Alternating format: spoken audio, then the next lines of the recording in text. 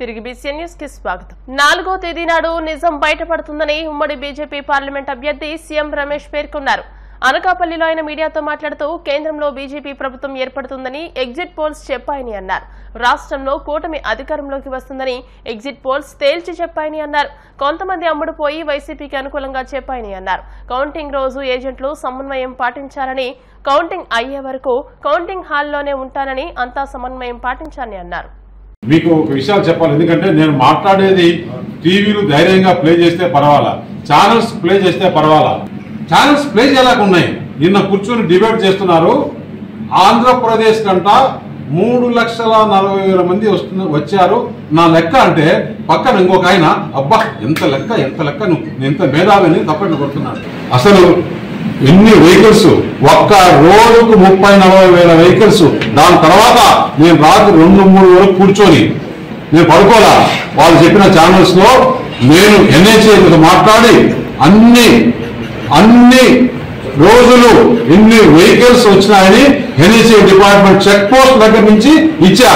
ఆ ఛానల్స్ నన్ను ఈరోజు పిలిస్తే నేను వచ్చి చెప్తా ఒక్కొక్క రోజు ఎన్ని వెహికల్స్ వచ్చాయి, ఏ టైమింగ్ లో ఎన్ని వెహికల్స్ వచ్చాయి అనేది. బస్సులు, స్పెషల్ బస్సులు ఎన్ని వచ్చాయి, స్పెషల్ ట్రైన్స్ ఎన్ని వచ్చాయి, ట్రైన్స్ లో ఎంతమంది టికెట్ బుక్ చేస్తున్నారు, మొత్తం డేటా ఇస్తాను. రేపు పోలింగ్ ఏజెంట్లు కూడా ఎవరు పోరు, వాళ్ళ క్యాడర్ డిమారలైజ్ అవుతుందని ఈ ఆత్మసాక్షితో పెట్టించారు.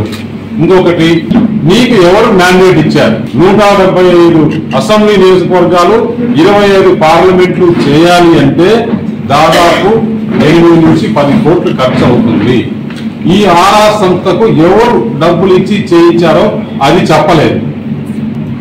అలాగే కొంతమంది మంత్రులు ఓడిపోతున్నారని, 90% ఆఫ్ ది మినిస్టర్స్ ఓడిపోతున్నారని చెప్పాడు.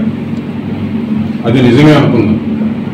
దాంట్లో అతను చాలా తెలివిగా, టెక్నికల్ గా కొంతమంది మంత్రులు అతి స్వల్ప తేడాతో గెలుస్తున్నారు అని చెప్పాడు. అతి స్వల్ప తేడా అంటే రేపు అతను నేను చెప్పాను కదా, ఓడిపోయిన తర్వాత నేను చెప్పాను కదా అతి స్వల్పం అన్నాం, అది ఎలాగైనా తిరగచ్చు, ఎలా ఉండొచ్చు అని చెప్పేసి. ఆంధ్రప్రదేశ్ లో కూడా ఈ 5 సంవత్సరాలు జగన్మోహన్ రెడ్డి వైఎస్ఆర్ కాంగ్రెస్ పార్టీ ప్రభుత్వం చేసిన నేరాలు, ఘోరాలు, ప్రజా వ్యతిరేక విధానాలు ప్రజలు చూసి విసిగి కసిగా ఓట్లేశారని ముందు నుంచి మేము చెప్తున్నాం. నేను ముఖ్యంగా ఒకటే చెప్తున్నా, రేపు 4వ తారీఖు కౌంటింగ్ ఉంది. కౌంటింగ్లో అందరూ కూడా, మా ఏజెంట్లందరూ కూడా జాగ్రత్తగా ఉండాలి. ఎందుకంటే పోస్టల్ బ్యాలెట్స్ గురించి మనం చూస్తున్నాం. సజ్జల రామకృష్ణారెడ్డి ఏ విధంగా వ్యాఖ్యలు చేశాడు, రెచ్చగొట్టే విధంగా వ్యాఖ్యలు చేశాడు. ఎవరు కూడా తొందరపడద్దు, అందరూ ఓపికగా ఉండండి. తొందరపడాల్సిన అవసరం లేదు. వాళ్ళు కావాలనే పోలింగ్ ఆటంకాలు కల్పించాలా, లేకుంటే అక్కడ ఇది లేదు, సీల్ లేదు, అది లేదు అని చెప్పేసి ఏజెంట్లు కొందరు చేసి ఉంది. అవన్నీ కూడా ఏం లేదు, మేము అక్కడే ఉంటాం కాబట్టి ఏజెంట్లు కూడా ఎవరు తొందరపడద్దు, ఓపికగా ఉండాలి. కౌంటింగ్ అయిపోయి లాస్ట్ స్టేజ్ సర్టిఫికేట్ తీసుకొని కౌంటింగ్ క్లోజ్ అయిన వరకు కూడా ప్రతి ఒక్క ఏజెంట్ కౌంటింగ్ హాల్లోనే ఉండాలని చెప్పేసి వారికి అందరికీ విజ్ఞప్తి చేయడం జరిగింది. అంబేద్కర్ కోనసీమ జిల్లా కొత్తపేట బస్టాండ్ సెంటర్లో ఆదివారం సాయంత్రం మాక్ డ్రిల్ నిర్వహించారు. సార్వత్రిక ఎన్నికల నేపథ్యంలో విధ్వంసకరమైన సంఘటనలు జరగకుండా ముందస్తుగా ప్రజలకు అవగాహన కల్పించారు. రేపు కౌంటింగ్ జరగనున్న నేపథ్యంలో ఎటువంటి భయానక పరిస్థితులు తలెత్తకుండా పోలీస్ యంత్రాంగం అండగా ఉంటుందని ప్రజలకు భరోసా కల్పించేందుకు మాక్ డ్రిల్ నిర్వహించినట్టు డీఎస్పీ కేవీ రమణ తెలియజేశారు. ఈ సందర్భంగా డీఎస్పీ మాట్లాడుతూ ఎన్నికల సమయంలో జరిగే ప్రతి అల్లర్లకు, నేరాలకు కఠిన శిక్షలు ఉంటాయన్నారు. ఒక్కసారి ఈ కేసులో ఇరుక్కుంటే భవిష్యత్తు శూన్యమవుతుందని వివరించారు. ప్రశాంత వాతావరణంలో ఇక్కడ పోలింగ్ పూర్తయిందని, అలాగే కౌంటింగ్ ప్రక్రియ కూడా పూర్తయ్యే వరకు అన్ని పార్టీల రాజకీయ నాయకులు, కార్యకర్తలు, ప్రజలు శాంతియుతంగా ఉండాలని సూచించారు. ఈ కార్యక్రమంలో పోలీసు అధికారులు పాల్గొన్నారు.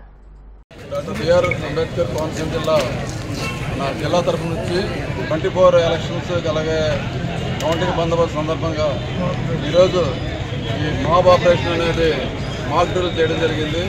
ఇందులో మన జిల్లా తరఫు నుంచి ఏఆర్ డిఎస్పీ గారు, విజయసారథి గారు, అలాగే RI Sitaram and party Vajra vehicle, అలాగే ఒరిజినల్గా అల్లాపూల్ అసెంబ్లీ అయ్యి ఎవరైనా సరే అల్లర్లు సృష్టించడానికి వచ్చినప్పుడు ఎటువంటి చర్యలు తీసుకుంటారు పోలీసు వారు అనేది ఇక్కడ మనం మాక్ డ్రిల్ చేయడం జరిగింది. ఈ విధంగా ఎవరైనా సరే అల్లాలకు పాల్పడితే మనం వారి మీద ఎటువంటి చర్యలు తీసుకుంటాం అనేది గ్యాస్ ముందు లాఠీ చార్జ్ చేస్తారు, తర్వాత గ్యాస్ ఉపయోగిస్తాం, తర్వాత ఫైరింగ్ ఓపెన్ చేస్తాం.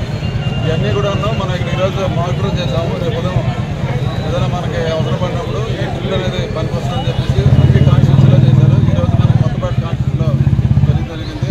అందువల్ల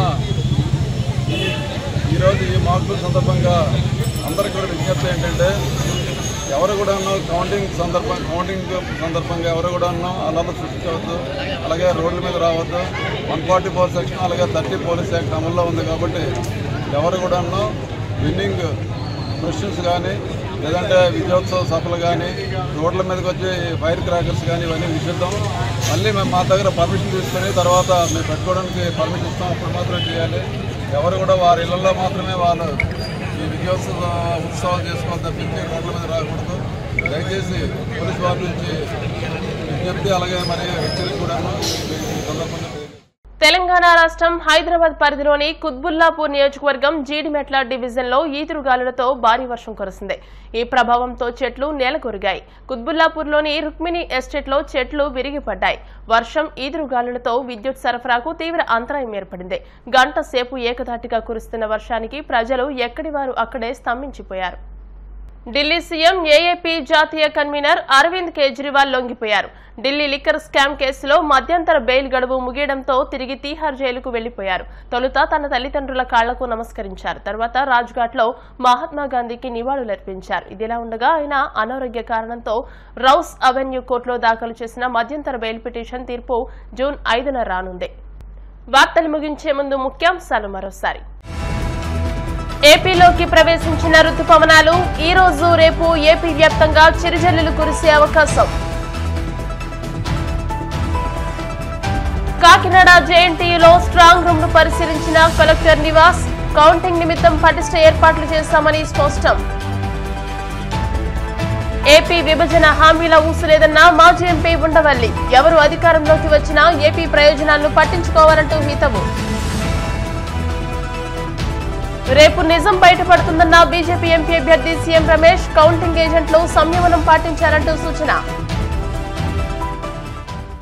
ఈ వార్తలు ఇంతటితో సమాప్తం. మరిన్ని వార్తా విశేషాలతో నెక్స్ట్ బులెటిన్ లో మళ్ళీ కలుసుకుందాం. అంతవరకు సెలవు, నమస్కారం. చూస్తూనే ఉండండి BCN న్యూస్.